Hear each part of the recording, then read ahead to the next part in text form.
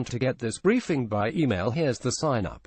Good evening. Here's the latest. Doug Milster, New York Times 1. This is going to be something that millions and millions of people will be signing up for, and they're going to be very happy. That was President Trump signing an executive order allowing the sale of cheaper health insurance plans with fewer benefits. Here are all the other ways he is undermining Obamacare after Congress failed to repeal it. Want to hear about how we cover the Trump administration? Watch this Times talk with our executive editor, 2 White House correspondents, and our media columnist, discussing their experiences so far. Dennis M. Rivera Picardo for the New York Times 2.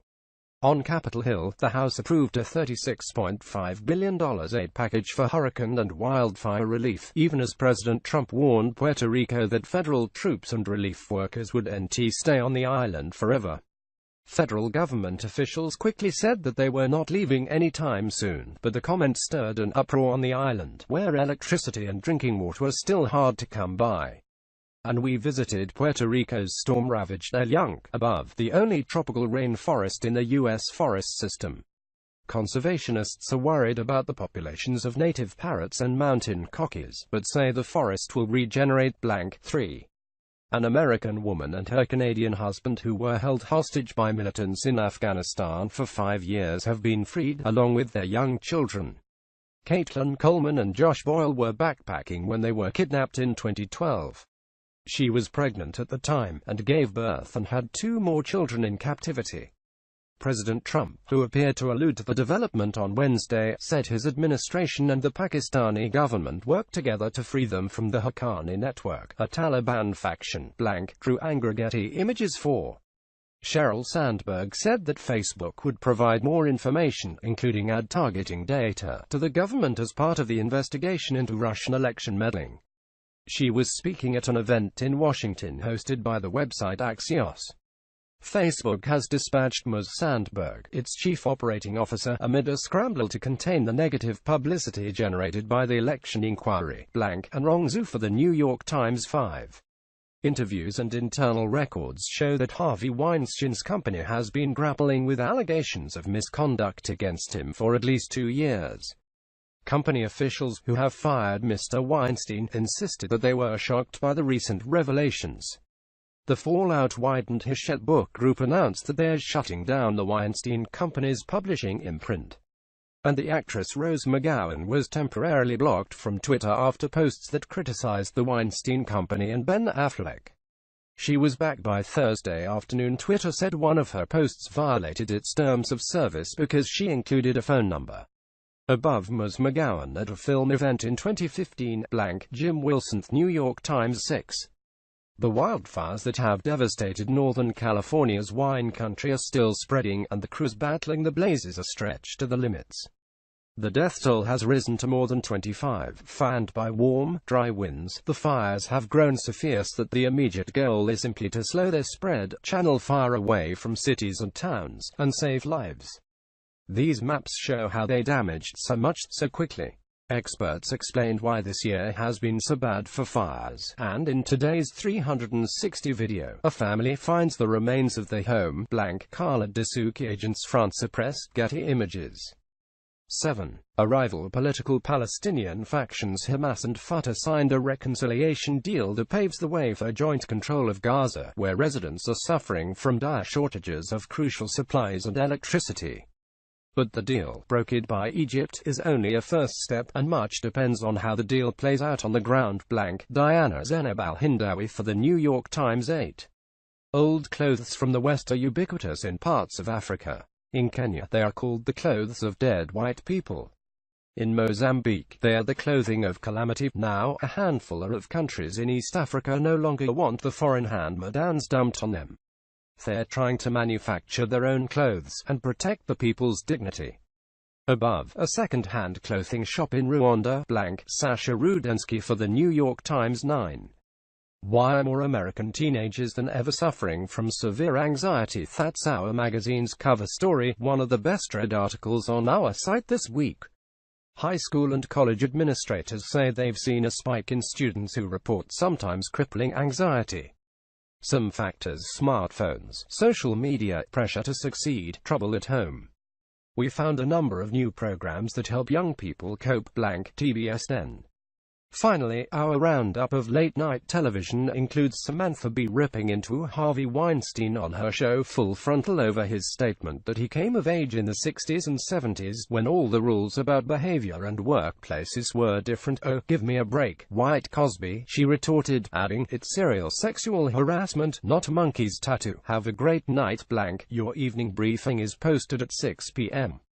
East. The California wildfires raced toward wineries and the historic town of Sonoma on Saturday, chasing hundreds more people from their homes and threatening to roll back firefighters' modest gains against fires that stretched across a 100-mile swath of Northern California. Propelled by stiff winds, the fires damaged or destroyed several buildings in the middle of the night before crews halted their advance at the edge of Sonoma, where firefighters spent days digging firebreaks to keep flames from reaching the city's historic Central Plaza, built centuries ago when the area was under Spanish rule. For those living in the huge fire zone, it was another night spent watching, waiting and fearing the worst. John Seguto said he awoke several hours before dawn at his home East Sonoma to see flames lapping up 300 to 500 yards away. He and his neighbors evacuated as fire trucks raced up and down the streets and hot embers flew over their heads. The fire made a strong run into Sonoma and damaged or destroyed additional buildings before firefighters stopped it, said Dave Teta, deputy director of the California Department of Forestry and Fire Protection. Several homes and other structures near a vineyard east of downtown were in smoldering ruins. Firefighters hosed down embers and knocked down walls that could topple over. As of Saturday afternoon, Teta said crews did not expect any more losses in that area. But gusts up to 25 miles per hour were forecast for the rest of the day. Nearly a week after the blazes began, the fires have left 40 people dead and destroyed at least 5,700 homes and businesses, making them the deadliest and most destructive group of wildfires in California history. Some 300 people remain unaccounted for, though officials think they'll locate most of those people alive. Most of the deceased are believed to have died late on October 8 or early October 9 when the fires exploded and took people by surprise in the dead of night. Most of the victims were elderly, though they ranged in age from 14 to 100. "It's a horror that no one could have imagined," Gov. Jerry Brown said, after driving past hundreds of totally destroyed homes with sense. Dianne Feinstein and Kamala Harris. From the sky, large subdivisions that burned to the ground looked like black and white photos. Each neatly outlined lot is full of ash and rubble. Cars are burned a darker gray. Trees still standing a charred black. Only streets look unscathed. Brown, 79, and Feinstein, 84, said the fires were the worst of their lifetimes. The two veteran politicians reminded people that the blazes remain a threat and that people need to leave their homes when told to go. No causes have been determined for the fires, though power lines downed by winds are seen as a possibility. Although some evacuees were returning home in Mendocino County, the latest estimates were that about 100,000 people were under evacuation orders as the fires burned for a sixth day. Some evacuees, weary from nearly a week on the run, demanded to return home to see if they still have homes. Plans were in the works to reopen communities, but they were not ready to be put into effect, Teta said. Douglas and Marion Taylor stood outside their apartment complex Saturday in Santa Rosa with the two dogs and a sign that said "End Evacuation Now." The building was unharmed at the edge of the evacuation zone with a police barricade set up across the street. The couple said they are spending about $300 per day to rent a motel and eat out. And they want to return home because the fire does not appear to threaten the home. At an evacuation center at the fairgrounds in the Sonoma County city of Petaluma, volunteers sorted through mounds of donated baby wipes, diapers, pillows, shoes and clothing. Randy Chiardo and his wife Barbara evacuated Monday from the Oakmont section of Santa Rosa. They stayed for several days with a friend in Santa Rosa but left Saturday when flames approached again and sought refuge at the fairgrounds. After so many times of "It's coming, get ready. It's coming, get ready, it just gets nerve-wracking," Barbara Chiardo said. "Life away from home has been difficult and dangerous." Randy Chiardo said a man who may have suspected he was a looter tried to punch him through his car window and yelled for a friend to get a gun when the Chiardos turned onto a residential street. He said he was able to push the man off and drive away. The couple planned to spend the night with other evacuees in a room set up with cots. "It's like jail," he said. In all, 17 large fires still burned across the northern part of the state, with more than 10,000 firefighters attacking the flames using air tankers, helicopters and more than 1,000 fire engines. Signs posted in Sonoma thanked the firefighters. One declared them heroes among us. Throughout the day, fires continued to flare and burn through forested areas, engulfing extremely dry vegetation. Air tankers streamed red retardant to halt the spread of flames while other planes and helicopters made targeted water drops. In a rural section of Santa Rosa, a low-flying helicopter, Boy Scout Charlie Underdown of Seattle says that welcoming girls into the group fits with the Scout law, which says to be trustworthy, loyal, helpful, friendly, courteous, kind, obedient, cheerful, thrifty, brave, clean and reverend. Courtesy Perry Underdown for Charlie Underdown, 11. Letting girls into Boy Scouts is actually a very Boy Scout thing to do. At a pizza restaurant in Seattle reads aloud from his Scout handbook: "A Scout is trustworthy, loyal, helpful, friendly, courteous, kind." Charlie takes the Scout law to mean you shouldn't exclude anybody. They literally have these pledges and the oath to be kind and courteous and considerate, he says. So HES one Scout who supports the announcement from Boy Scouts of America that girls would be allowed to join starting in 2019. Charlie says keeping people out would be unfair. His father Perry Underdown says it also wouldn't align with his family's core values. Perry was a Boy Scout and it meant a lot to him. There was a sense of belonging and having a community and having positive male role models that I could look to kind of help guide me. Perry says. So when his son was old enough, he signed him up. The Boy Scouts' decision this week to allow girls to participate was in the works for a while.